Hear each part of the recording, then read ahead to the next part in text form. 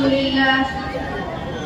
لله وحده والصلاة والسلام على من لا نبي بعده أما بعد فقد قال الله تبارك وتعالى في كلام المجيد والفرقان الحميد فأعوذ بالله من الشيطان الرجيم بسم الله الرحمن الرحيم وما أرسلناك إلا مبشرا ونذيرا صدق الله مولانا العظيم. میرا منہ اور سرکار مدینہ کی ثنا خوانی، میرا منہ اور سرکار مدینہ کی ثنا خوانی، مجھے معلوم ہے اپنی سخن کی زندگانی.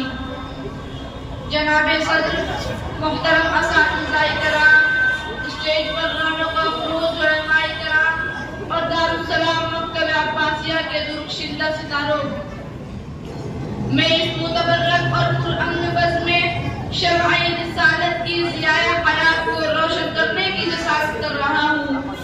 میری یہ بساط نہیں کہ میں ماہ رسالت صلی اللہ علیہ وسلم کے اس آیا حسنہ پر لفظ کشائی کر سکوں، لیکن پھر بھی آپ جیسے عظیم المرتبہ شخصیات کے روبرو سیرت النبی صلی اللہ علیہ وسلم کو موضوع گفتگو بناتا ہوں تاکہ خود کی اصلاح ہو جائے، ورنہ کسی کی کیا مجال کہ وہ سیرت النبی صلی اللہ علیہ وسلم کا احاطہ کر سکے.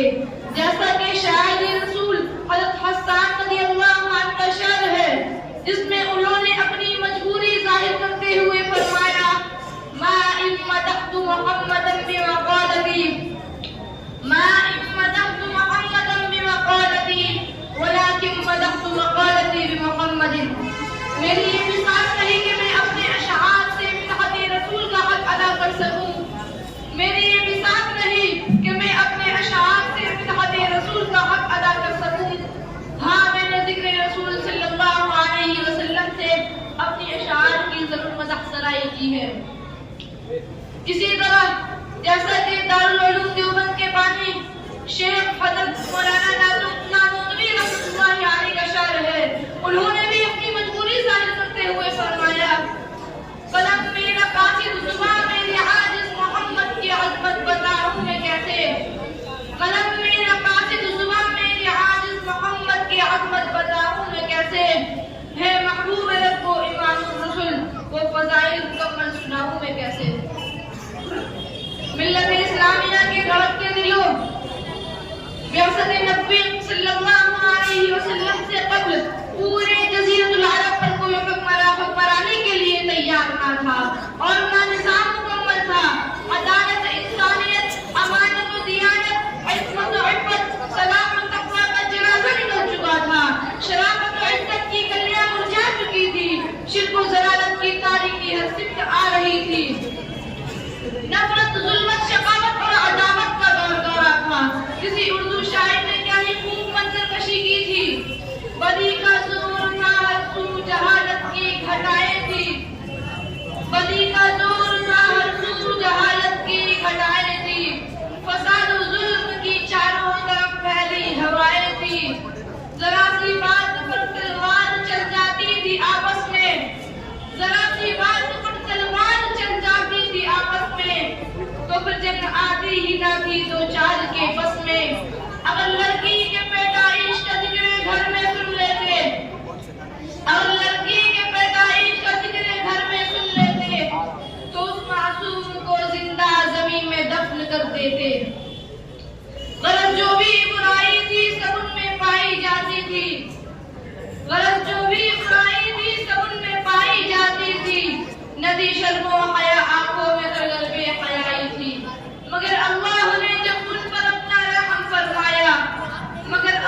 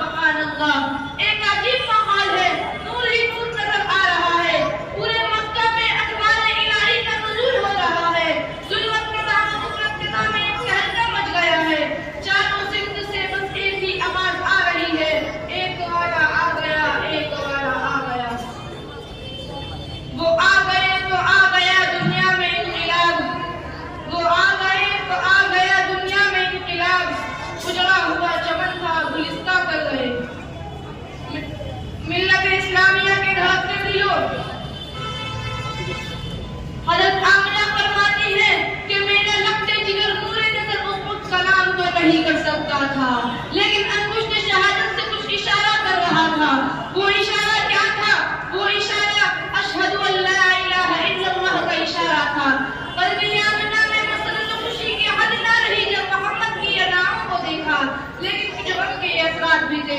فرماتی ہے کہ کاش آج عبداللہ ہوتے تو اپنے اس لمحے کی نور نظر جو چاند سے بھی زیادہ خوبصورت ہے دیکھ کر کتنا خوش ہوتے اور کھلونا وغیرہ لاتے. غیب سے یہ آواز آئی, اے آمنہ فکر مت کر, میں اس کا رب ہوں, میں اس کا مربی ہوں, میں اس کا استاد بھی ہوں, میں اس کا سب کچھ ہوں. اگر یہ بچہ کھلونا مانگے تو چاند کو کھلونا بنا دوں گا. اگر سیر و تفریح کو دل چاہے تو میں معراج میں بلا لوں گا. اگر کوئی شہادت طلب کرے تو پتھروں سے بھی کلمہ پڑھا دوں گا.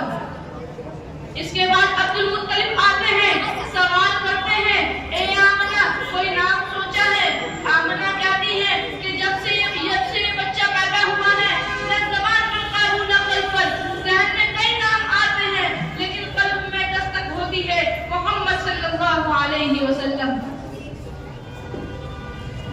ہمارے نبی صلی اللہ علیہ وسلم کے اندر حضرت آدم علیہ السلام کی صورت, حضرت شیش علیہ السلام کی معرفت, حضرت نوح علیہ السلام کی شجاعت, حضرت ابراہیم علیہ السلام کے اخلاق, حضرت اسماعیل علیہ السلام کی زبان, اسحاق والی رضا, صالح والی فصاحت, لوط والی حکمت, یعقوب والی بشارت, موسیٰ والا جلال, ایوب والا صبر, یونس والی اطاعت, یوشع والا جہاد, داؤد والی خوشحالی, دانیال والی محبت, الیاس والا وقار, یحییٰ والی عصمت اور عیسیٰ والا زہد تھا. ہمارے نبی صلی اللہ علیہ وسلم تمام انبیاء علیہ السلام کے خوبصورت گلدستے بن گئے تھے. اس کے بعد تقدیر حلیمہ کی جاگی رحمت کے بادل چھاتے ہیں. تقدیر حلیمہ کی جاگی رحمت کے بادل چھاتے ہیں. گھر جگمگ جگمگ ہوتا ہے, تشریف محمد لاتے ہیں. حلیمہ بنو صلی اللہ علیہ وسلم کو لے کر دبلی پتلی سواری پر سوار ہوتی ہے اور اس سواری کو محمد بن عبداللہ کے برکت سے قوت عطا ہوتی ہے اور تمام قافلہ والوں سے آگے نکل جاتی ہے. سبھی حیرت زدہ ہوتے ہیں کہ حلیمہ کی اتنی کمزور سواری کو اتنی طاقت و قوت کہاں سے مل گئی کہ اتنی تیز چل رہی ہے. اور جب حلیمہ گھر پہنچتی ہے تو تمام گھر انوار و برکات کے ساتھ پھولتا ہے. ہمارے نبی صلی اللہ علیہ وسلم جس طرح اخلاق کا کردار خوبصورت تھے, اسی طرح حسن و جمال کے اعتبار سے بھی خوبصورت تھے. حضرت عائشہ صدیقہ رضی اللہ عنہا فرماتی ہیں کہ ان مصر کی عورتوں کو دیکھ کر, حضرت یوسف علیہ السلام کو دیکھ کر ان مصر کی عورتوں نے اپنی انگلیاں کاٹ دی. حضرت یوسف علیہ السلام کو دیکھ کر ان مصر کی عورتوں نے اپنی انگلیاں کاٹ دی. اگر وہ محبوب کبریا صلی اللہ علیہ وسلم کو دیکھ لیتی تو اپنے دل کاٹ دیتی. اسی طرح حضرت شیخ سعدی رحمۃ اللہ علیہ کا شعر یاد آتا ہے, بلغ العلا بکمالہ کشف الدجا بجمالہ, بلغ العلا بکمالہ کشف الدجا بجمالہ, حسنت جمیع خصالہ صلوا علیہ وآلہ. ملت اسلامیہ کے غیور مسلمانوں, جتنے بھی ادیبوں نے, دانشوروں نے, خطیبوں نے, مقرروں نے سیرت رسول اکرم پر اپنی وسعت کے موافق کوششیں کی, لیکن سبھی نے آخر میں عاجز ہونے کا اظہار کیا اور یہ کہنے پر مجبور ہوئے, لا يمكن الثناء كما كان حقه, لا يمكن الثناء كما كان حقه, بعد از خدا بزرگ تو عیش کا مختصر. اللہ تبارک و تعالی ہم سب کو حیات طیبہ کو نمونہ بنانے کی توفیق عطا فرمائے. آمین. وما علینا الا البلاغ. السلام علیکم ورحمۃ اللہ وبرکاتہ.